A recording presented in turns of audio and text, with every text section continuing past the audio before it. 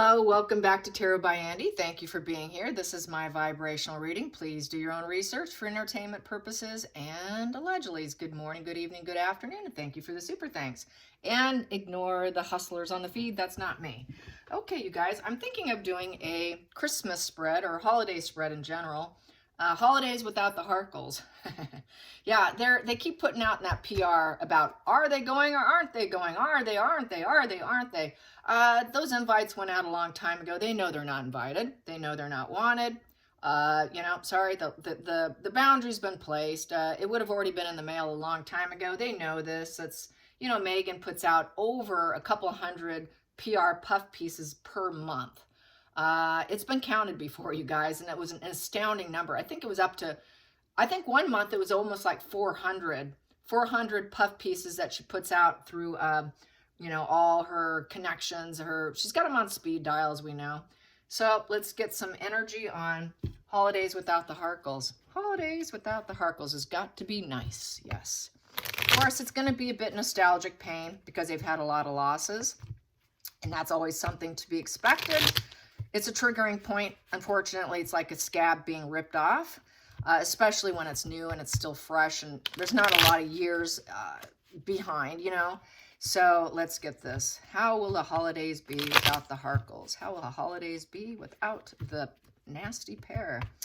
How will it go? How will it go? What kind of there may be some stresses because it's still an ongoing problem. So not every, there's still going to be some chit chat privately off to the side. They can talk openly too without the Harkles being there. And the fear of videotaping, because Megan did look like she was wearing a videotape at the last event. There was a big square box in her gown. You just can't simply have them around. We know it was for Netflix content that she wanted to go to Christmas. Meanwhile, they're sitting in a box looking absolutely miserable too. And the bodyguard sitting behind them is looking at them like, why am I protecting this miserable pair?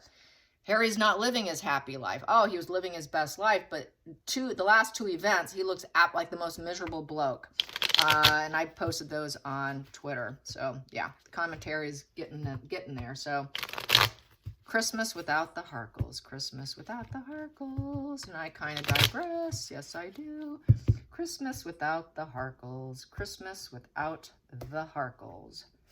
Meghan and Harry. Ooh, it's because she can't bring the baby. Where's those children? I don't know. We don't want that DNA test. They don't care. There's a lack of empathy there. They're like, God, thank God she's not coming. They don't want Megan. Megan, this is the Megan card, you guys. It's always the Megan card. Yeah, we know she's not going to because she'd have to come up with an excuse too. And she doesn't want DNA. She should have to pull, it's just a situation, right? We know the situation. Don't need to go over it. Yeah, so it's an improvement. Yes, thank God. They can communicate the way they want to. The plans were already put in place. They were not going to invite because they didn't want Megan. And it's that baby situation, the children's situation. And that was the right move. Having no empathy for them, let's just let them do their thing. We're not going to nurture and coddle Megan. That's what she wants. She wanted in. Nope, she can't come in. We don't want her. She tried. She tried. She was waiting for the invite. Keep waiting, honey. Just keep waiting. That's a keep waiting. I'm waiting for improvement. When is the invite coming in the mail? It's not, Megan. She's waiting for that invite. Okay, I put all the stuff together. I put enough puff pieces out. So where's my invite? Nah, it's not coming. So they're like kind of laughing about that probably. So they know, so they figure, yeah, she's waiting for it, but they don't want her coming in. They're not going to take a risk. They're not going to take a risk. So really Spirit's saying, yeah, we're talking about Megan not letting her come in. That would be an absolute fool's journey to allow her back in. There's absolutely no hope when it comes to Megan. Absolutely none whatsoever. So this is what they're going to be talking about. So that the conversation will come up during cocktail hour. How can it not? It's the nasty relative that nobody wants to see. Here we go. Yeah, bad luck, bad karma. Wow, that was bad luck getting her. So they're going to be talking about Megan. The conversation of Megan's going to come up. They feel like it was really just really put the family in arrears here with the wheel in reverse. It was just, they spent a lot of money on her too. What a waste of resources in essence. Negative turning point. It was a negative turning point the minute they let her in. This lack of empathy, fake pregnancy wearing, moon bump wearing woman thinking she's always going to get improvement. She always puts something together. She goes from a 2 of Wands to a 3 of Wands. Okay, I put some plans together. Let's see if they'll invite me. No, no, no, no. You're bad luck, bad karma. You can't come in. So too much. She costs too much money too. She spends the most money out of all the royals. And then so they don't love her, they don't want her. They know she's all about self-care. So it's looking like I'm getting the whole Meghan, unfortunately, thing. So they don't want her. The shoe's on the other foot here. They gave her an opportunity. They did. They spent money. They gave her that wheel upright.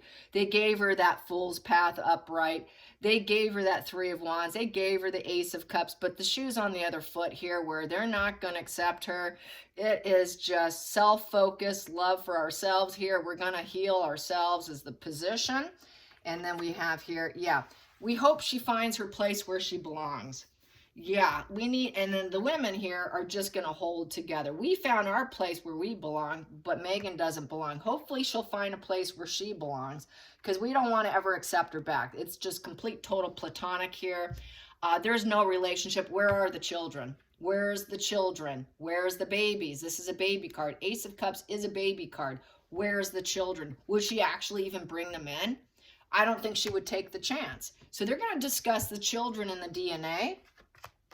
They're going to discuss the money. They're going to talk about the funds. They're going to talk about the money in the bank, how much expenses she was, how much she cost them with that Wheel of Fortune reverse. She thought she hit the lottery. She literally did hit the lottery, but now the lottery is done. No more, they don't want to keep paying her. Very bad luck for the family, financially, energetically, everything. So they're hoping that she finds a place to belong. She's an outcast. They did go in estrangement, but they have some hope. I would say Charles here has a little bit of hope, but he also hopes that they find a purpose in life. They want Meghan to find her purpose in life because this here, the woman has found purpose in her life. She's good with pets and children and all that. They're hoping she can actually find a purpose, hoping that she's not so spiritually broke that she continues to be a disgrace to herself.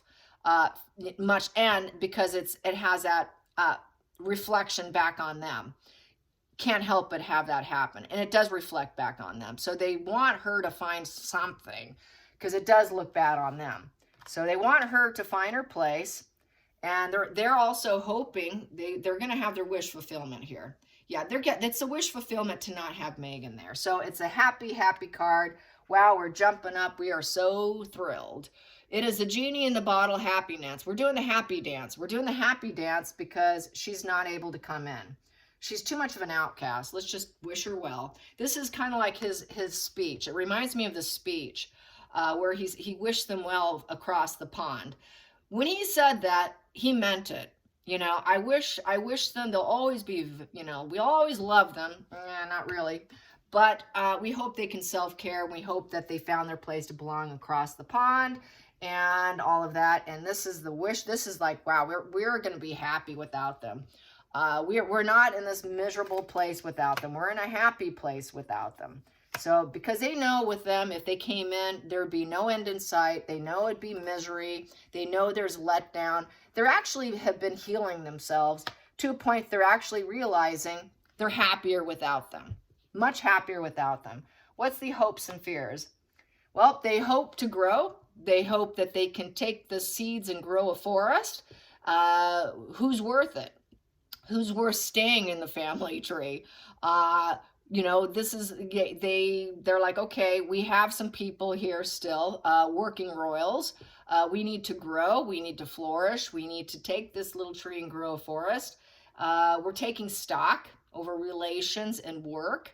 So they're keeping the ones that are worth keeping, and the ones that are gone are already gone and don't come back kind of energy. So we do have people that we say yes to, and we're trying to build. It's a building card. So we're going to build without Meghan.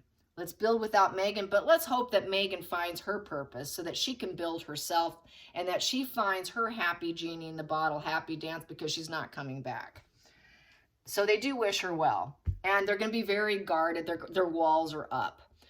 Their walls are up with the family, and in terms with Meghan, they're going to keep the walls up. They're going to keep the boundaries because she wounded the family. She wounded the entire family. So the family is very wounded, but they're going to march on with the relationships that are worth it. With those wands, with that Nine of Wands, they're protecting themselves from getting more wounds. Nine of Wands has been wounded enough, and I really need to protect myself so you don't rip off the scab and make me wound more. The 9 is also about positive completion. It's a positive completion, but the family is very wounded. The entire family is wounded, but we wish her well, but don't come back. And they realize what she is. So yeah, so the commentary between them is going to happen here. At the center of the deck here. Yeah, we cannot, we don't have to refrain from our actions here. So they don't have to refrain. They can talk as much as they want. They feel, yeah, we basically fear commitment with her. She cannot be committed to anybody. We will not commit to her. She's got the victim mindset, and it's a no position. It goes from a maybe to a no. They're going to say no to hanging out with her. Literally hanging out with her. We don't want to hang out with her. Hangman's hanging. Where you can refrain from words and actions. We don't have to. We can say what we want here. They're talking about the traitors. They're going to talk about the traitors. They could say it openly. And they're not going to change their mind. There is no changing of their minds because the Hangman upright is holding back on your decisions. Decisions have been made. You've wounded the entire family. And here we are. We have loyalty. We have a welcoming home, and we're going to focus on that. And we're not going to take in the traitors who cannot be committed. So interesting. So the topic's going to come up, and they can freely talk about it. They don't have to hold back. They can say what they want. They could say what they want, and the victimhood of how they've been victimized within the family, who was very welcoming to Meghan. They welcomed her with open arms. They gave her what she needed. They financed her. They spent a lot of money on her. They were totally welcoming home. They were hoping for happy, sentimental feelings, but right now it's just bittersweet. And they figured that probably Harry is idolizing the past. They're all thinking about the past of what they used to have with Harry, not with Meghan, but what they've had in the past, and that Harry's turned into a traitor. So this is how they feel. Actually, I would say with this spread, it's a huge relief, and it's a wish fulfillment to not have the traitors there. They don't want the traitors, but they wish them well. So it really goes with the King's speech about wishing them well overseas across the pond. So that's how I see it. Hey, it is what it is, you guys. You can't change someone else's devil energy and dark side. He's an addict. She's an addict. They both have substance abuse disorders. They don't need to be in their presence. They don't need the microphones. They don't need the substance abuse disorders. They don't need the lies. They don't need the traitor energy. As long as they're living like that, it will always be that way. And they just hope that they stay in estrangement and find a place to belong, because they don't belong with them.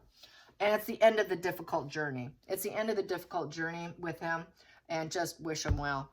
All right, you guys. And Harry's going to have to basically suck up his pride, and he's the one who's going to have to plan everything for a better future for himself. So, yeah.